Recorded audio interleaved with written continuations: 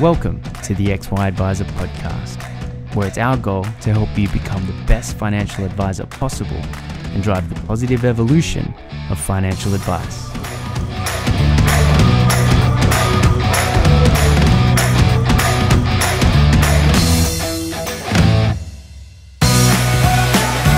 Hub24 is an ASX-listed company with over $15 billion funds under management and one of the fastest growing platforms in the market. Neither a bank nor part of a bank, Hub24 focuses entirely on connecting advisors to a broad range of investment solutions for their clients. Discover why other advisors think Hub24 are the best in the market and access the benefits of choice and efficiency for you and your clients with their market-leading managed portfolio solution. To find out more, visit hub24.com.au. G'day, how's it going? What do you know, Striker Like Clayton here from XY Advisor, chatting with Christopher Joye. Mate, thanks for coming on. Thank you for having me on. Yeah. So when you're not saving shark, or I should say surfers from sharks with your amateur droning, what are you doing? Yeah, so I run Coolabah Capital, and we run about $4.5 billion in fixed income. We're an active credit manager. It's an interesting business. I've got 23 staff, 11 analysts, about 5 portfolio managers spread between Sydney and Melbourne. We're about to open up a London office.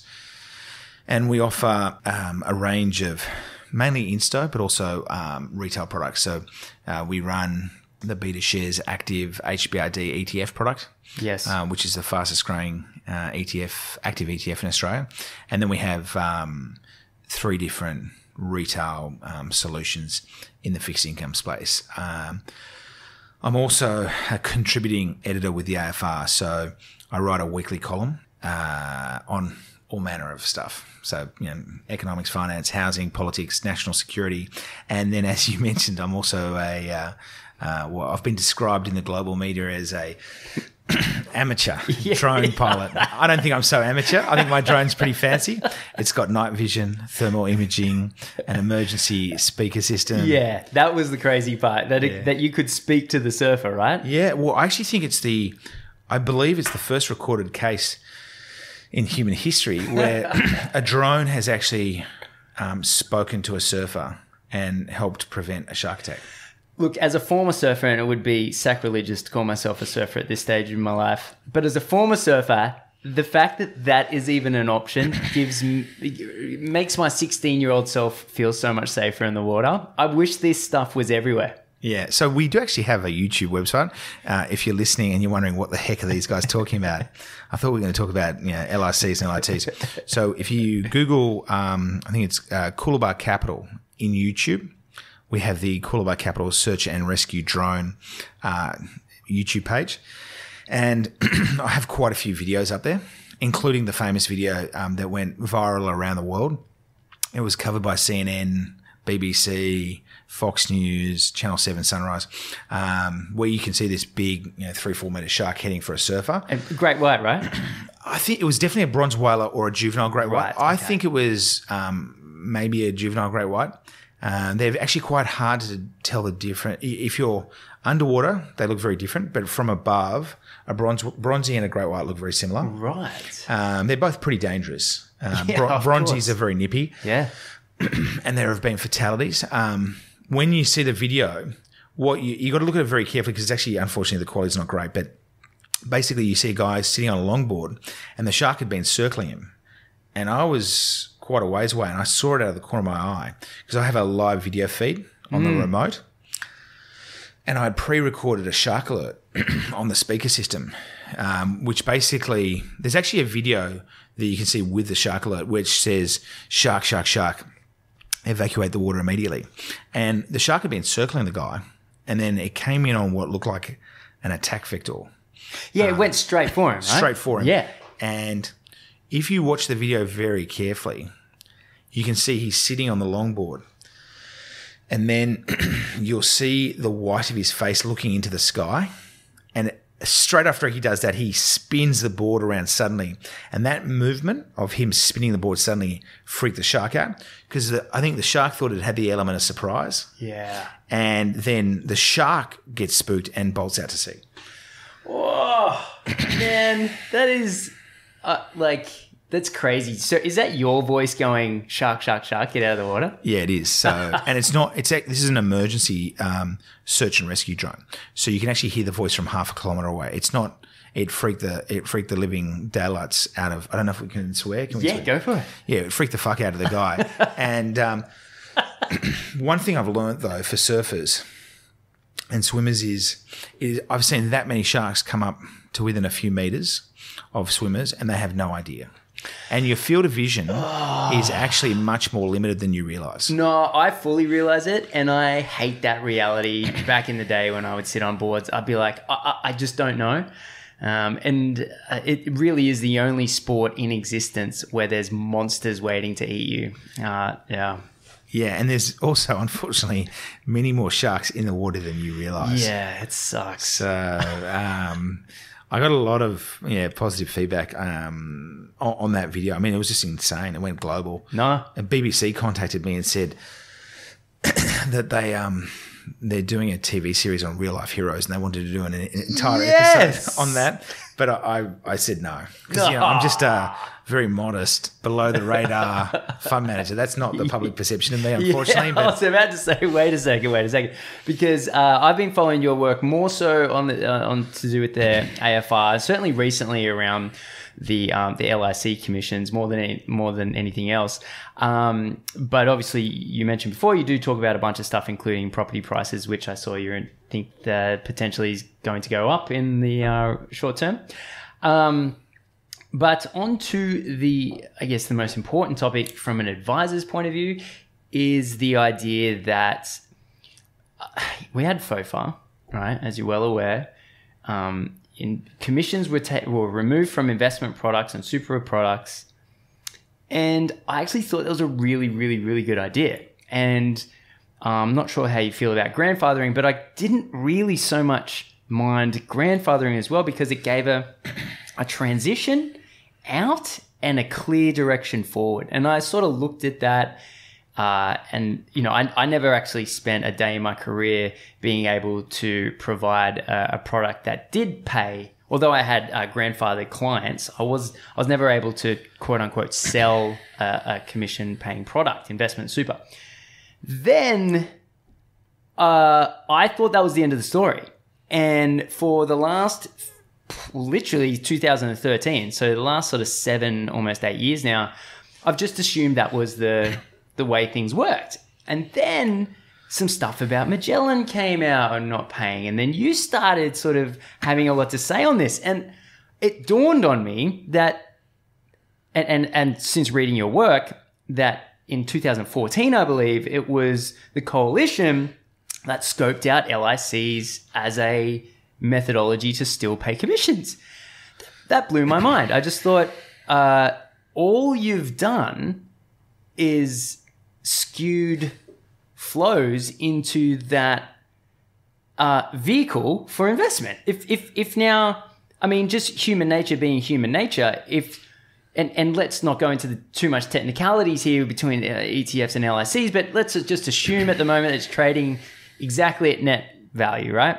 So you've got two vehicles that would have the exact same investment inside of it, but one pays the advisor money. It's just you don't need to be a bad person in order to see that would be the behavior that you're influencing. And that, I feel like that you've made that exceptionally clear. Yeah.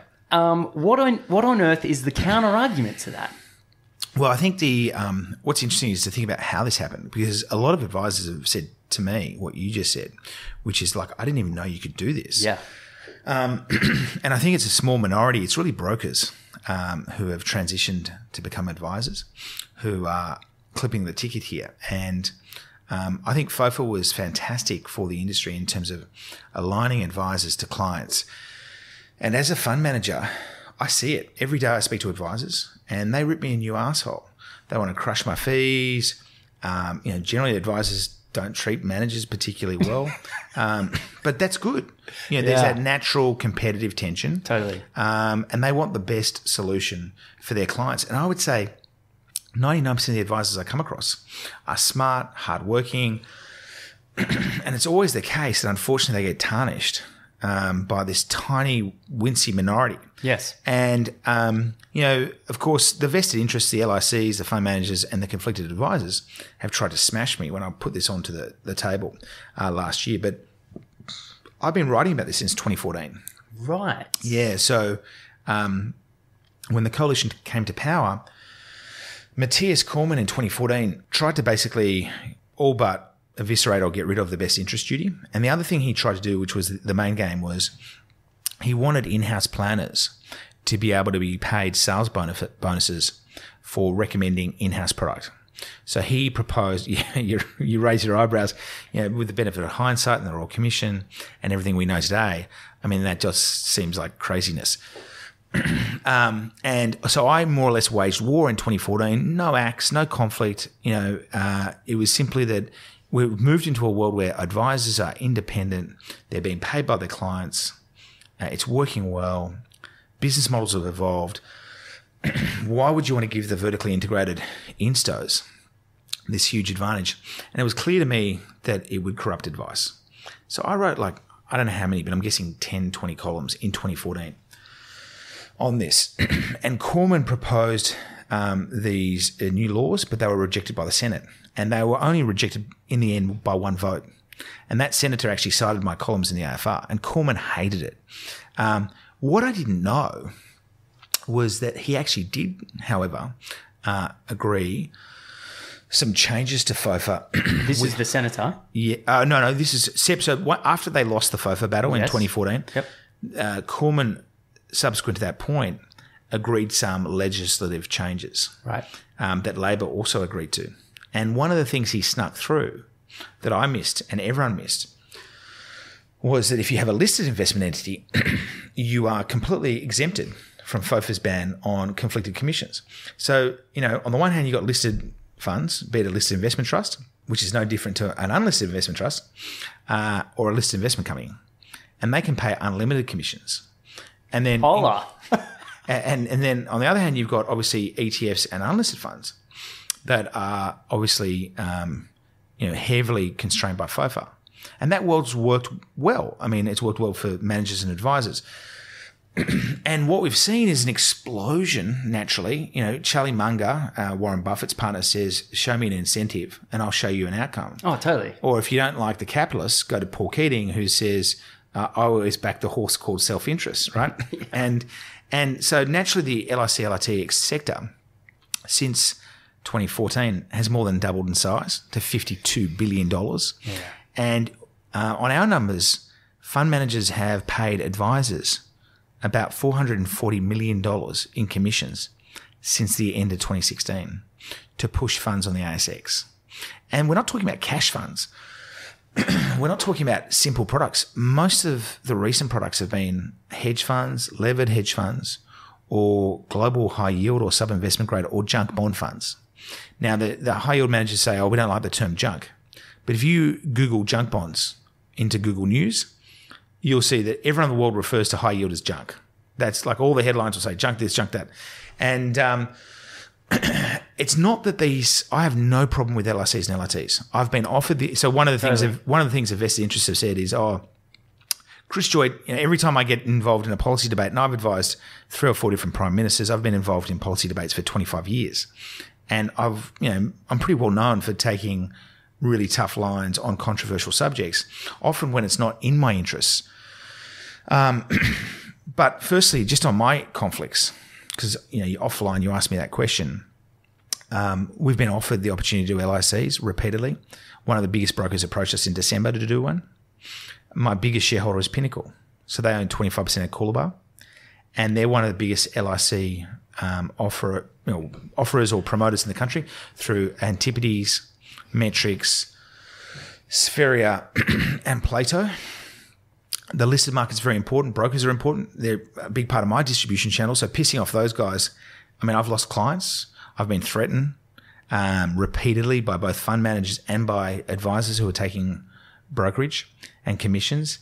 And we're running the fastest growing active ETF in Australia through the listed channel. So we have a proven ability to raise listed capital. I'm doing this because actually it would be much easier for me not to talk out and not to piss people off. Well, considering your involvement in Pinnacle, yeah. Correct. I'm doing this because I actually really care. I care about advisors. I think advisors have got a really tough rap through the Royal Commission. 100%.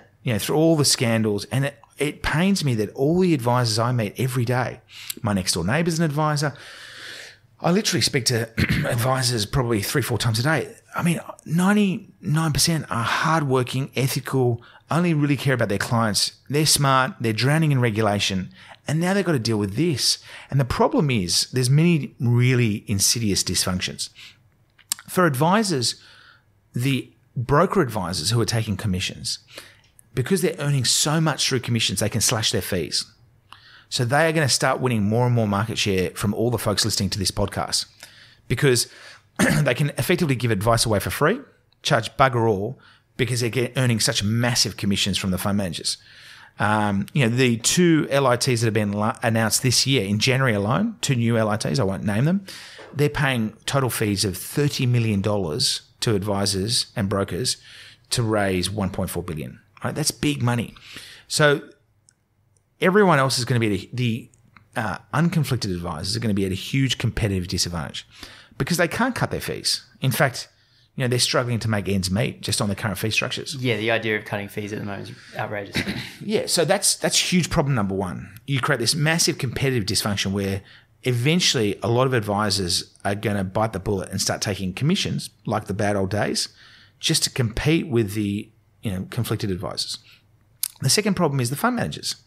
The fund managers like me who are electing not to pay advisors' fees and not to do LICs and LITs, we're all going to be forced into the ASX and we're all going to be forced to do this eventually if they don't close the loophole, if they don't put LICs and LITs back into FOFA because it's way too commercially attractive and all my peers are raising money on the ASX and it's super high margin money, it's high fee money and it's permanent capital. Totally. Because you can't redeem from an LIC or LIT. It's closed in. Yep. So there's only so much money out there. And eventually, if all of our peers are capturing market share, we'll all be ultimately forced to fold. So the competitive problems this creates are profound. The most important issue is, of course, consumers. You just can't tell me. I mean, take the Partners Group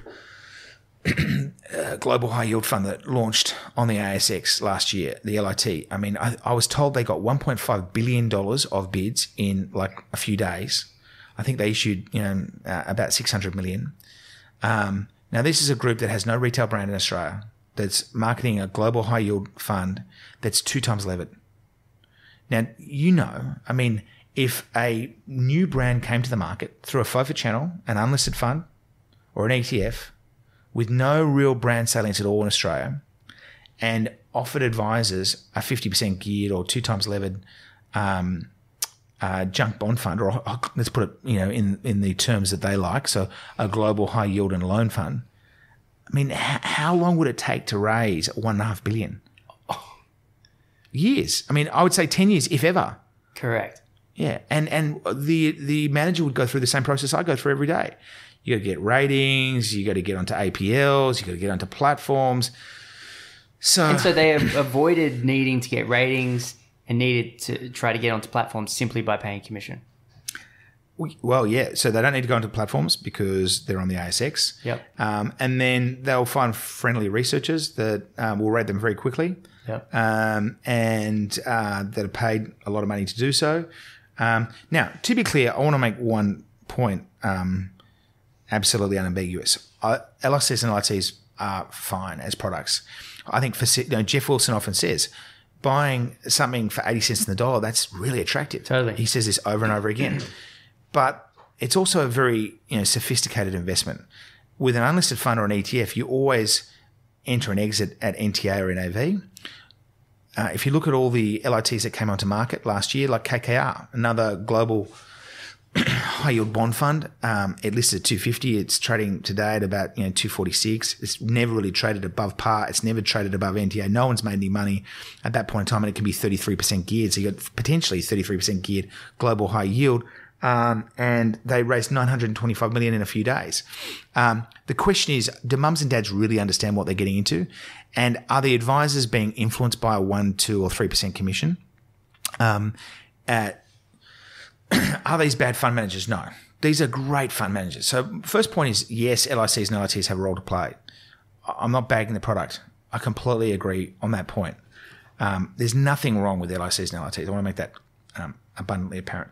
The second point is that there's nothing wrong with the fund managers in the main. A lot of them are fantastic managers. Metrics, amazing. My mum invests with Metrics. But the structure of a closed-end fund, where what we know through history is that it's very easy for closed-end funds. So 75% of LITs trade below NTA, and the average discount to NTA at the end of last year was 9%. So it's very easy for them to trade at huge discounts. And the other lesson through history is a lot of people are saying right now to promote the new debt LITs is, it's great to get these illiquid assets in the hands of mums and dads. I agree with that. To get access to direct loans through a manager like Metrics, fantastic. I mean, that's a great diversifier. But you do need to also understand that when you look through the history of LICs and LITs, illiquid LITs, as in LICs and LITs that hold illiquid, not liquid assets, tend to trade at bigger discounts. If you look at the experience with the Dixon US Residential Masters Fund. URF. Yeah, URF. What does it hold? Illiquid US houses. What's happened? Well, because it's illiquid, that means they don't trade much. It's also geared, so it's leveraged as well. So you're leveraging illiquid assets like these new junk bond funds.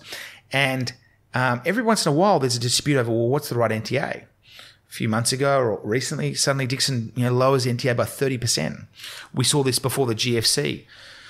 We had high-yield bond LITs with Orco Max, with Adelaide Yield Trust. There was a Hastings product. We had the private equity licks into, I think, 2004, 2005. Every single one of them had problems trading at massive discounts to NTA. And the reason is when you hold illiquid assets in a listed fund, you don't often always know what the true value of those assets are.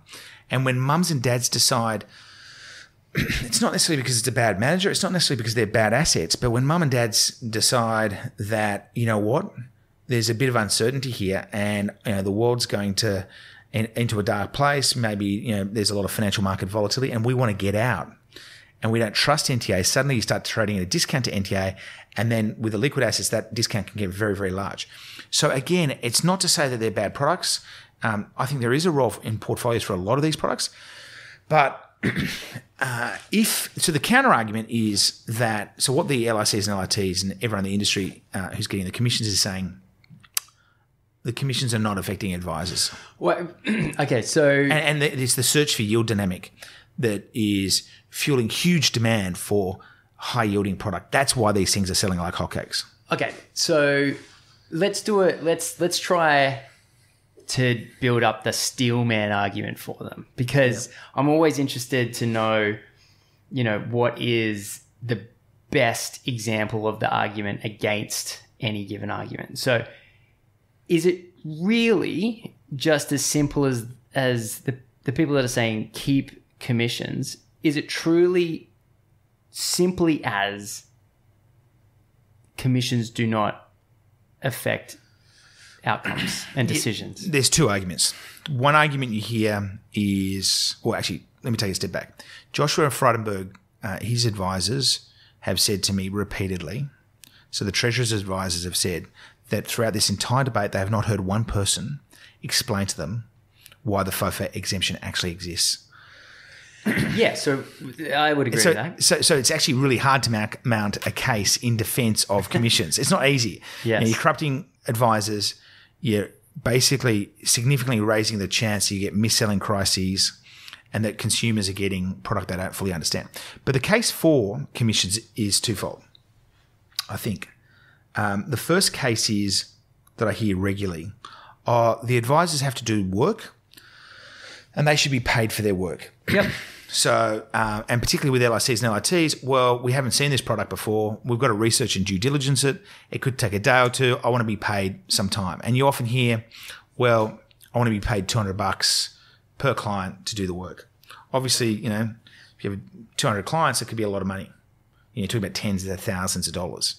So you hear the industry say we're only talking about like, a $200 per client fee. But if you're doing the work as a one-off, so you go meet KKR, you do a couple of days worth of work, and then you then scale that product across hundreds of clients, then actually you're talking about tens of thousands of dollars of commission. But I think the more basic first principle question is, advisors are paid to do work by their clients, not by the fund manager. So if you think there's a special investment opportunity that you think warrants a hell of a lot of extra research, then go to your clients and charge them, invoice them for the extra time. Isn't that the way the system's meant to work? That's what an accountant does. That's what a lawyer does. Your lawyer does work, you pay them more. And guess what? If the client's not willing to pay you for the work, then don't do it. Why are you actually doing the work? Well, maybe it's because you want to get the commission, right?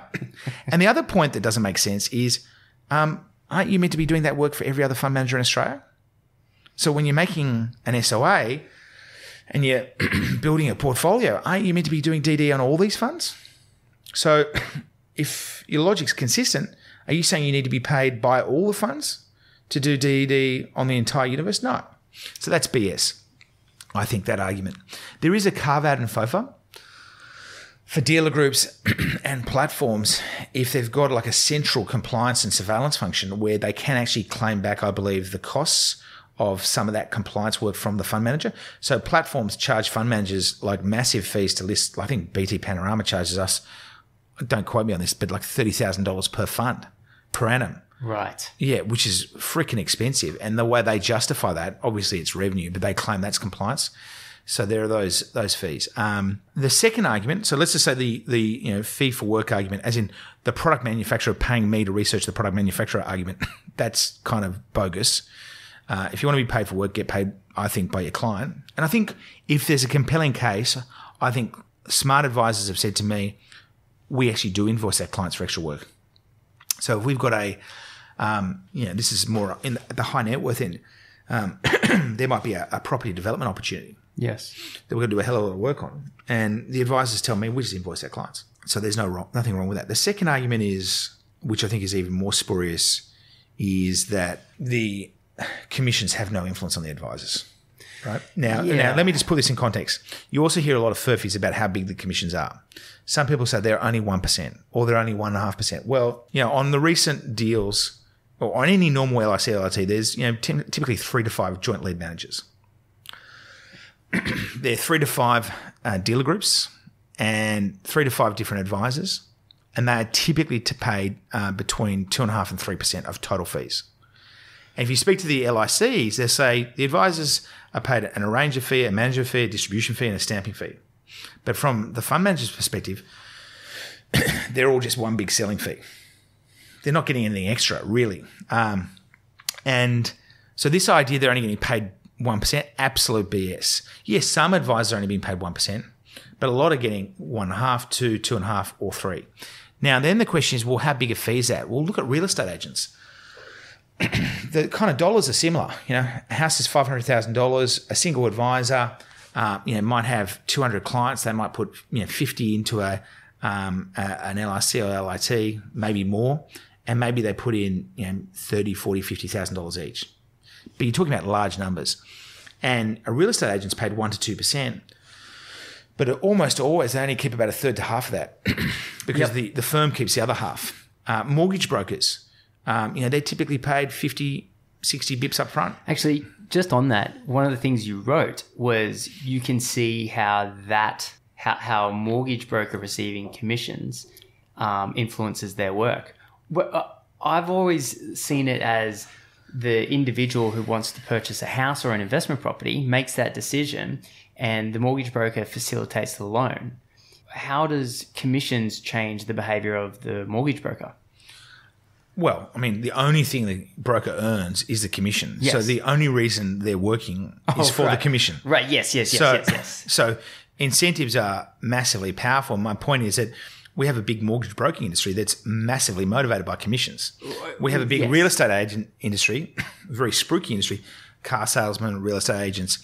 Well, the advice space, we have worked so hard as a nation to move advice into a clearly unconflicted domain. Yes. Where I think advisors are respected. Yes. The advisors that exist today are the winners. Yes. The good advisors.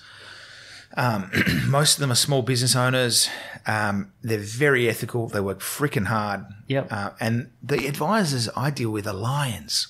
The way they defend their client interests, I don't see any. What's amazing though, I have seen advisors spruiking LICs and LITs, again, normally brokers. The dynamic is radically different. So I won't say who, but I was invited to a client function at one of the top brokerages in Australia, and all the brokers are now advisors.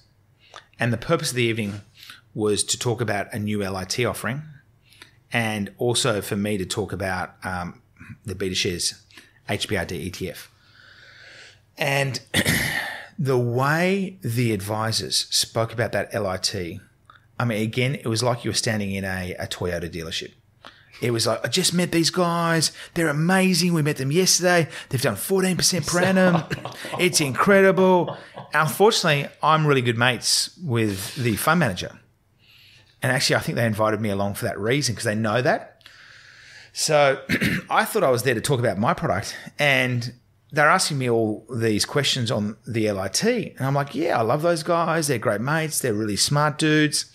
And then when I was in these one-on-one environments with the advisor and the clients who were there, I mean, it was the exact opposite of what I experience in my life with advisors. That adversarial, combative, sort of like you're on the other side of the table, and I'm second-guessing and interrogating everything you're saying, Chris, experience just went out the window because of the commissions. Wait, so just piecing this in my mind, you've got a room full of advisors and a room full of clients, and the advisors are telling the clients, hey, how cool is this investment? 100%. And then trying to get... That's so weird. And and literally most of these guys had only met the fund manager yesterday. Dude, like the day before. No. And they're trying to get me to speak the fund manager. Oh. And by the way, the LITs performed horribly. And this is the way... And, you know it's a boiler room. Because if you see these LIT... It's like timeshare selling or something. Yeah, but it's a boiler room because these LIC and LIT book builds, and they typically raise huge bids, as in hundreds of millions, if not billions of dollars of bids, in a very, very short period of time. Now, I've raised over $8 billion in 8 years through FOFA channels, and I know how iterative, time-consuming... I mean, advisors want to meet with you typically 3 or 4 times. They typically want to evaluate you over months, if not years. Nothing happens quickly. Totally. You inject commissions into the equation, and then suddenly, who has heard of most of these managers? Again, I don't want to name names, sure, but most of these managers have not raised any money in retail before, and most of these managers are unknown to a lot of advisors, unknown to the clients, and they're selling complex product that it's just completely inconceivable they'd raise anything remotely like the same money in a FOFA environment. But here's the litmus test, the clincher, where all roads lead to is this point. So you say to the fund manager and you say to the advisor, okay, well, the commission's not having any influence, right, on the advisor. You fund managers, why don't you just stop paying the commission? If it really is just a search for yield environment, if it really is driven by consumers looking for income, why are you sacrificing between 2 years and 4 years worth of your management fees to pay $18 million in fees to raise $750 million? That's the latest. One of the latest offerings in the markets is paying $18.5 million in advisor fees to raise $750 million. So these fund managers are not irrational.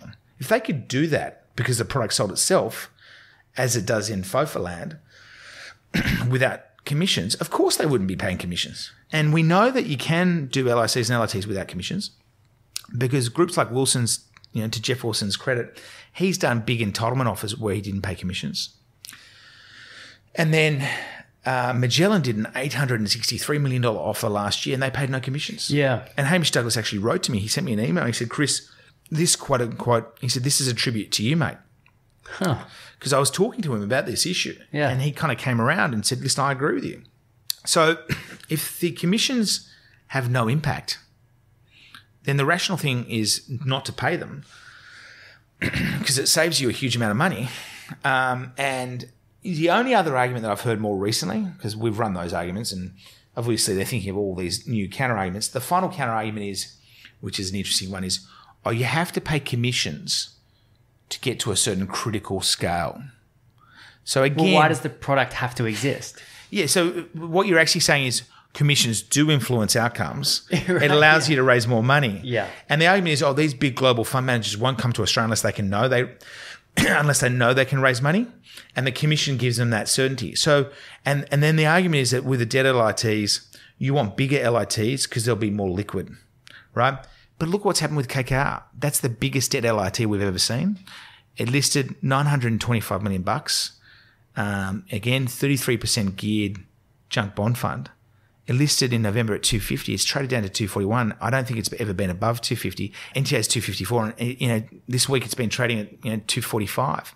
So it's this big, supposedly liquid LIT has not been trading well at all, and it's never traded above its issue price, and it's never consistently traded above NTA. So actually, what we know about in economics is that the laws of supply and demand are inviolable.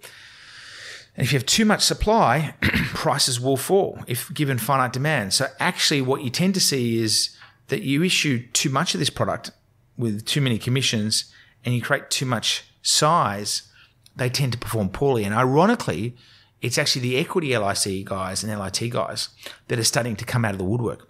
So we've had Paul Moore at PM Capital say, this stuff is that commissions have to go. They're toxic time bombs.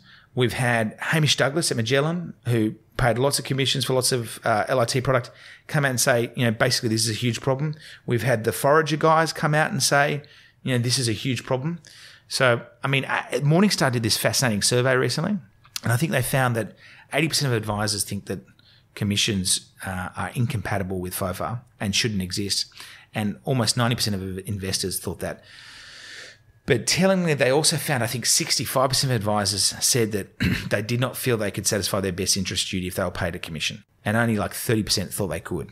Everyone knows what the answer here is. The commission needs to go. It's just a question of whether the coalition is going to be able to make the right decision. Because Labor's jumped onto the bandwagon. Labor's thumping the table saying, we've got to protect the sanctity of FOFA. What would you say is percentage of the advisor market are recommending these LICs let's say there's 20,000 advisors.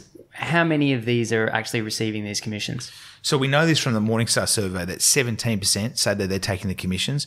And then I think a further, I'm going to get this number wrong, but slightly less than another circa 10% say that sometimes they take the commissions. Okay.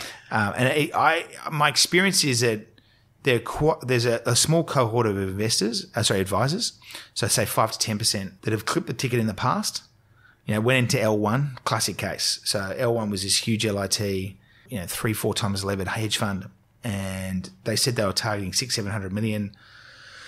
The commissions got them 1.35 billion in demand, so they're massively upsized. So it's 1.35 billion. It's an equity hedge fund LIT, and then it traded down 50% within 6 months. Was a disaster, and I think a lot of advisors got burnt on that. So I think you have 5 to 10% that might have taken commissions in the past but don't right now, and then you got 15 to 20% that are still actively clipping the ticket and taking commissions. I will say there's a lot of advisors who rebate the commissions to their clients, but equally there are advisors who don't. Sure. And the point is, we don't even want this debate.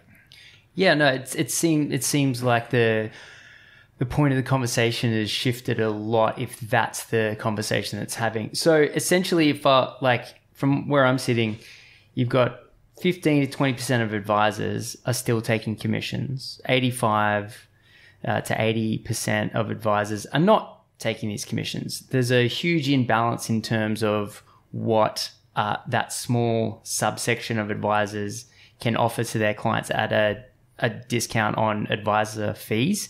Whereas the majority of advisors are needing to charge more fees in order to stay profitable at this stage due to all the different changes in regulation. Just on that point as well, this is also the start of the tsunami. So we've seen an LIT tsunami. The industry has doubled in size to over 52 billion. But we knew coming into 2020 there were 20 to 30 new LICs and LITs in the pipeline, because every fund manager on earth has seen that a no-name manager comes to Australia, gets $1.5 billion of bids. Well, this is the best way to raise capital. Yeah, for 2 times levered junk bonds, and he's charging high fees and maybe a performance fee. Every fund manager on earth is like, I need to exploit that loophole. Yeah, 100%. So what we're seeing, yes, only maybe say circa 20% of advisors are taking commissions. But as more and more managers come to market, eventually more and more advisors will be sucked into this vortex of conflicts. And so there'll be more and more pressure on the ethical unconflicted advisors to basically do a deal with the devil and dance on the pale moonlight. Mate, I'm just sitting here thinking, like, imagine if the result of FOFA was eventually just, hey, use LICs. Imagine. Well, FOFA captured. So the thing, another interesting point is that LICs and LITs were captured by FOFA from 2012 to 2014. And I said to Jeff Wilson, did it have any impact? He goes, I can't really recall any impact. As in, the industry was fine. I mean, they weren't doing massive offerings because they couldn't pay huge commissions.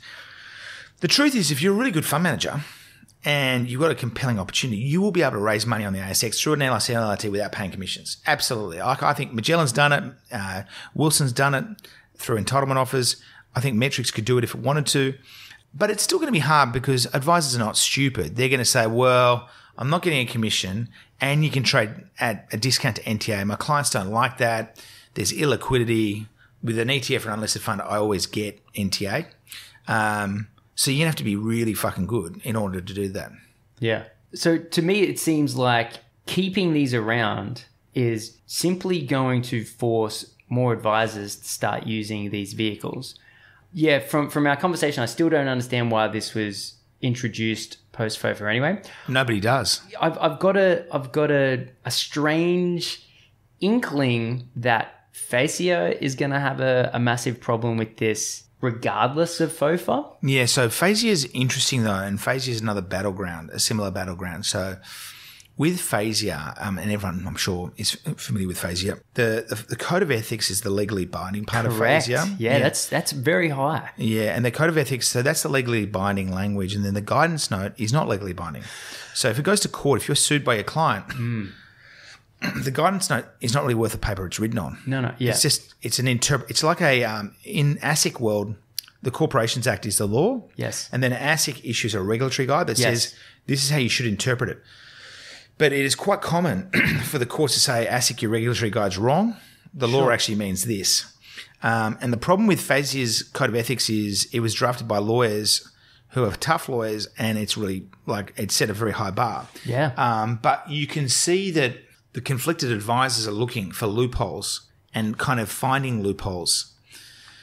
In Facia, the guidance note offers lots of loopholes, right? And I think that's a battleground where, effectively all the vested interests. I mean, the LIC has waged war against me personally on this. Again, I've lost clients. They've been bashing me reputationally. This is an association, right, that now exists? Well, yeah, they created their own industry lobby group called LICAT, L-I-C-A-T, and they assumed everyone would want to be a member. And then when Magellan found out what they were doing, Magellan actually withdrew because of the way they were behaving, as did VGI.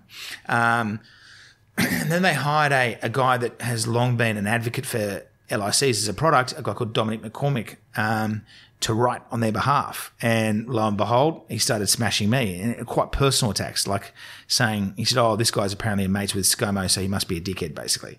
And things like that. And I'm like, dude, firstly, I'm bashing the coalition. They hate my guts right now. Secondly, I'm aligned with Labor on this. Thirdly, what do my politics have to do with, the price of eggs in China? I mean, that's just ridiculous. Totally. And, but apparently the LICAT lobby group went to every LIC operator in Australia and said, we each need you to give us $10,000 because we've got to get Chris Joye. We're going to slam Chris Joye. And apparently they had this offsite where they said, listen, we can't win the policy debate. There's no intellectual defensible arguments really in favour of this. We're going to play the man, not the ball. So they've been personally attacking me very vigorously. I heard from a journalist that they've hired also a lobbyist called, I think his name is David Gizzard, and he's one of ScoMo's best mates. And the lobbyist said to a journo, Chris Joye, he's been really good in public policy, and he's really kind of helped governments, and I respect him for that. But you know that he tried to get an LIC up and failed. That's why he's against this, which is absolute bullshit. I can swear on my son's life, we have never lifted a finger to try and get an LIC up. We've been approached many times. We've always said no. And I run the fastest growing active ETF in Australia, so it makes no sense. Where with that information, it always cracks me up when would there be a public record if you tried to start an LIC? Yes. Yeah, of course. Yeah, you'd lodge a prospectus with ASIC. Right. And does that exist? Obviously fucking not. That's ridiculous. Well, how can someone just say that then? Because, mate, they've made up lots of lies. They've said that, because I have a minority of my portfolios in hybrids that we're conflicted. But the irony in all of this is I distribute through the same advisors that are clipping the tickets. Yes. They all hate my guts right now, and they've pulled funds from us. Only on Friday, we were threatened to have our funds removed from an APL from one of the biggest players in this space because of our position. And every time I ever get in any policy debate over the last 25 years, people will always try and dredge up conflicts, particularly if they have no ground to stand on, right? Sure. But I'm running $4.5 billion today. We're one of the fastest growing credit managers in Australia. It would be dead easy for us. I could raise vast amounts of money through an LIC. And we only in December last year, one of the biggest brokers in the land approached me and said, would you be keen to do this? So that's absolute BS. They know it. But, I'm kind of like Darth Vader to those guys, unfortunately. But thankfully, Hamish Douglas has come out, Paul Moore PM's come out, the Forager guys have come out. And I'm comforted, and I guess I'm fortified by. I've been overwhelmed by advisors on my LinkedIn page. The Will Hamiltons of the world, who's on Fazia's board. He's appointed by the government. I mean, he's been muzzled by the government, but he's been very strong in speaking out on these issues. And I've had hundreds and hundreds of advisors write to me and just say, Chris, we really appreciate the work you've done, highlighting these conflicts of interest. We think it gives us a bad name. We want the issue to go away.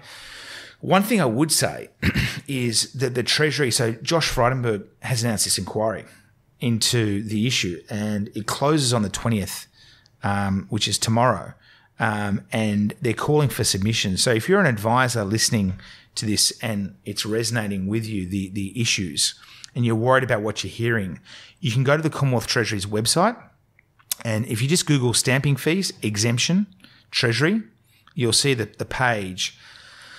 And you can email them a submission. It can only be one page or 2 pages, but you can literally just write down a page saying, I'm XYZ advisor. I really run a fee-for-service or asset-based fee practice where I only get paid by my client. I don't accept kickbacks from fund managers. I think the notion of fund managers paying kickbacks to advisors to push product is absolutely diabolical, and it's going to pollute my industry. My competitors are going to start cutting their advice fees, subsidising them with commissions, and it's going to destroy all the good work we've done since FOFA, and it's going to kill FOFA because that's what's happening. Yeah, and I would just strongly encourage any advisors, guys, if you're listening, just even if it's a few paragraphs, PDF it up and fire it into Treasury by close of business on the 20th, or even if it comes in late, that's fine. For me, sitting here, it's like, if you're going to have commissions, just have commissions. Like, Correct. Don't limit it to LIC. So I'm of the view that we shouldn't have commissions, but it kind of seems from a really, really straightforward, rational point of view that if you're going to have commissions, you have commissions. If you don't have commissions, you don't have commissions. Correct. It just and to carve out one financial instrument, why? I just can't figure that. It's all it's going to do, at least to my mind, is cause people to go down that. Now, let's assume for a moment that Frydenberg doesn't overturn this. Let's assume for a moment that LICs continue being able to pay a commission.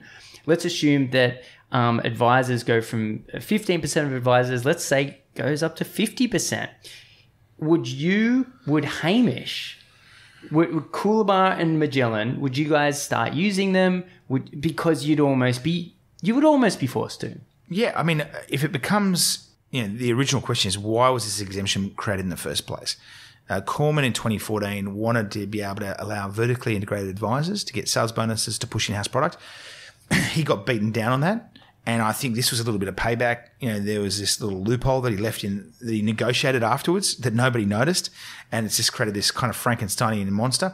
But the truth is, if they leave the law in place, yes, like, we'll be threatened with irrelevance if we don't offer a product in that domain. Like as a fund manager, my focus is to offer products in every channel my clients want them. Yep. So we have ETFs, we have unlisted funds, we have customized mandates. 70% of my money comes from institutional investors, super funds, universities, charities, etc. And if the client base wants a LIC or LIT, we can provide that. And if the only way to do that is by paying commissions, because that's what the industry standard is, then we'll pay commissions. But to be honest, I really, really don't want to go down that path. One argument the industry is saying is, cap the commission at 1% or maybe 0.5%.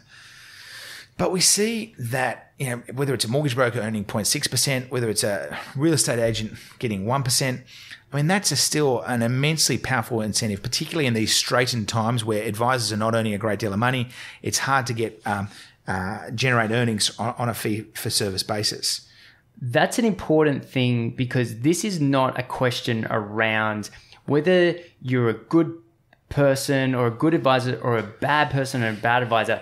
The question is simply around motivation, and it's simply around following the path that is created by the government. And so I'm with you. Like, my view is that if you want to have commissions, they should be on everything. Yes. I personally, ethically, have a really, I think you're just going to create yet another round of mis-selling crises. But if you're not going to have commissions, which was the whole point of FOFA in the first place, you just get rid of them. Yeah. And there's no Trojan commissions. 100%. That's a really good word to use, Trojan commissions, because either have it or don't have it. And it doesn't make you, it's not like if there's advisors out there that are taking it, I don't think it actually reflects onto them as a person or not. I think they're just simply abiding by what the rules and regulations are.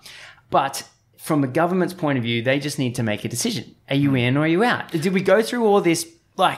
It's been appalling. From the advisor's point of view, everything that's happened to, from FOFA and pre-FOFA through to FACEA and the Royal Commission, the whole, there's just so much there. And I think on that note, writing for the AFR, it kills me. And I've written to journalists saying, you guys are slamming advisors all the time. It's been horrible. It's horrible. And I said, I deal with these guys at the coalface. And 99% are fucking smart, fucking hardworking. Yes. And they're lions. They rabidly defend their pride, which is their clients. And I think there's this tiny, tiny long tail that wags. And unfortunately, that's the tail wagging the dog, which is, obviously the corrupt or conflicted advisors. And to your point about intent, I think a lot of advisors rebate these commissions. Most advisors don't take these commissions, as we know. Even the guys that do take them, I think their heart is in the right place, and they are actually working diligently to try and act in their client's best interest. So I'm not saying those guys are dodgy. Totally. But there are also other advisors that are taking the commissions and recommending the products only because of the commissions. I've actually had those guys also contact me. Sure. I've had a client of mine who, lovely guy, really smart guy, advisor, was a broker, now an advisor, say to me, listen, Joye Manada, he rang me the other day and he said, listen, Joye Manada, dude, I understand you're a dog with a bone, but find another bone, please. And I said, well, what's the problem? He goes, well, I'll admit I've taken commissions, and I'll admit I feel guilty taking those commissions. And I'll also admit that those commissions influence the recommendations I made. But every time you write about this stuff, it caused me grief with my clients, and, he's actually having to repay his commissions to his clients on the basis of products that have performed poorly. So, and he's a good bloke. He's a very smart guy. And he's a classic case of, I think, the Charlie Munger maxim that show me an incentive, I'll show you an outcome. Totally. He kind of realizes he maybe made some bad choices, but his point was there are much bigger issues. There's, white collar crime. There are much bigger problems that ASIC should be sinking its teeth into. My concern is this is tip of the iceberg stuff, as in, the sector's doubled in size now to 52 billion. There's 20 to 30 managers lining up to hit the market again, and the whole industry is effectively going to be engulfed in this problem. So we need to kill it now while we can. Yeah. So in closing, realistically, I don't want to see advisors have gone through the last decade only to lift open the latch again and to start the cycle again. That it's just, there's too much effort, too much hard work, too much shame, too much dragging through the mud. There's a whole we've had advisors who have killed themselves, right? Yeah, exactly. And there's been too much sacrifice, it's too much rapid change to get to the end. Yeah. Right? So we've been whipped. We've been the public whipping post for so long, and then to say, but there's more to come. I can't see how advisors can put up with any more. I agree. And it's either you're in, either commissions from investment products is gone, or they're not. Yeah, and I think that's why this halfway house that we're currently in, where there's this huge back door, or you can Trojan horse your way into massive commissions, has to be eliminated. And I think I actually think the advice industry is one of the best professions in Australia in terms of the quality, in terms of the quality of the industry and the the quality of the people I met. It just constantly amazes me how many smart advisors there are out there, like really smart. These aren't. I think a lot of the duds and the dregs. I don't come across them, but I think they were all washed out of the industry over the last decade or two. And again, if you feel strongly about this, send in a one-page commentary to Treasury as soon as you can, just saying it is of paramount importance. We have unconflicted advice, and we don't have a two-class system. We don't have some advisors who can subsidise the cost of advice by taking huge fees from fund managers, and other advisors who want to do the best thing. I do think that it feels like we're kind of hopefully scaling the crest of this regulatory and reputational war that advisors have faced. Yes. Like in respect to FASIA, I think the tenor of feedback I'm getting from advisors is starting to change a little. It's gone from, oh my God, we've got all this regulation, to I've done my FASIA exams. FASIA is actually good for the industry. The funny thing about FASIA is I think it's mostly good. One thing an advisor pointed out to me the other day is it creates problems with asset-based fees. I'm actually a big fan of asset-based fees for advisors. Well, naturally. Well, yeah, that's but as a fund manager, obviously I charge asset-based fees. But my mum, her advisor charges her chunky asset-based fees, and I'm all for that. Because you see it as a advisor wins if the client wins. Correct. I've said to advisors, I'd be very cool and keen to see advisors have performance fees as well. I'd rather a lower asset-based fee, and then you basically agree risk limits with the clients. Yep. So you can't just dial up the risk to get the performance fees. Yep. But they have a return expectation. If the advisor can create wealth, I think the advisor should be rewarded through that wealth creation. I'm actually not, frankly, such a great fan of fees for service. I just worry it dulls the incentive to go the extra mile. I think the idea of fixed fees, there is really no golden, solution. Exactly, and so it's so much. I was speaking to a very good advisor yesterday, and he's actually my first ever boss in the industry, and he said, FASIA hasn't blown up my business at all because I've been doing annual opt-in since 2009, right? For example, and he was obviously university educated and he was a tax accountant, and the thing about FASIA is it has done more good than bad. Yeah. So on the asset-based fee, this advisor said to me, so on a literal interpretation of FASIA, I've got a client who comes to me and he says, I've got $1 million in cash. If I recommend that he puts that with us and I charge an asset-based fee, don't I have a conflict of interest? And, I guess on a literal interpretation of FASIA, that might be the conclusion. I think that does need to be ironed out. I think that as long as the client is paying the fees, I would like to see advisors have a lot of flexibility and creativity in terms of how they engineer that relationship. I'd love to see asset-based fees, fixed fees, additional fees for additional work or research that the advisor does, performance fees. I'm a supporter of all of that. I don't think there should be any limit on how the client pays the advisor. Yeah, it's a weird thing to even attempt to do that. Yeah, and that's a big problem. I think if it is a problem, I'm not an expert on this, but if it is a problem, I think that's a big problem. But I also equally believe that we're very, very close to attaining a new gold standard reputationally for advisors in Australia. And the last thing in the world we want to do is contaminate that or pollute that with a new conflict scandal. Totally. And look, and if brokers want to earn money through commissions, go for it. but just don't get called an advisor while doing it. That's correct. So this is another solution. I mean, I've been thinking about this, and someone also said something similar to me that, maybe if you want to sell stuff, you're just a broker. Totally. And there's nothing wrong with that. The vital part of the ecosystem. Yeah, correct. Yeah, you can be a mortgage broker. Yes. Or I don't know how it works. Like all the stockbrokers seem to be becoming advisors. Maybe some of those guys should stay brokers and not be advisors. Yeah. I think one of the problems there is their firms want them to become advisors, and there may be compliance requirements to be RG 146 qualified. But yeah, I think that advice brand needs to be pure as driven snow. I also think that maybe there's a case. Obviously, if Frydenberg eliminates the commissions, the problem goes. Totally. And I think there's a good chance he'll do that, but I think it's up in the air, which is why anyone who's listening should make a submission. But if he doesn't eliminate the commissions, then I think FASIA should produce a new accreditation for advisors who are unconflicted and don't take kickbacks from investment product manufacturers. Because you should be able to put on your business card, your email address, and your website that I'm a commission-free advisor. Because the problem is the dudes who are taking the commissions and charging lower fees, they're not going to disclose the fact they're taking commissions to the client when the client's reviewing them initially, right? Sure, 6 months down the track when they're doing the SOA and they're recommending a portfolio chock-a-block full of LITs, they're going to say, oh, and by the way, we are paid a commission.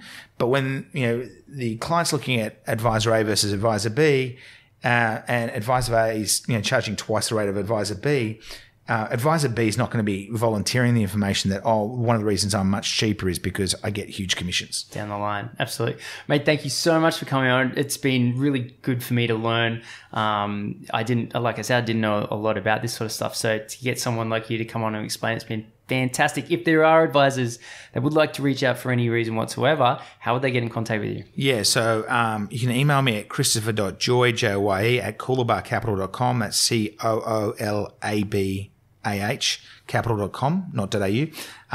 We have our own podcast, which is called Complexity Premier. That's available on iTunes or Podbean. And then our website's just coolabahcapital.com. And I'm always happy to talk to folks anytime, 24/7. I'd just actually like to say to anyone listening, thank you to all the amazing advisors out there for working so hard on behalf of your clients. Also, to the extent that any investors of mine are listening, thanks for your support, guys. And Clayton, well done to you for producing this product because it's awesome. Thanks, man. Appreciate it.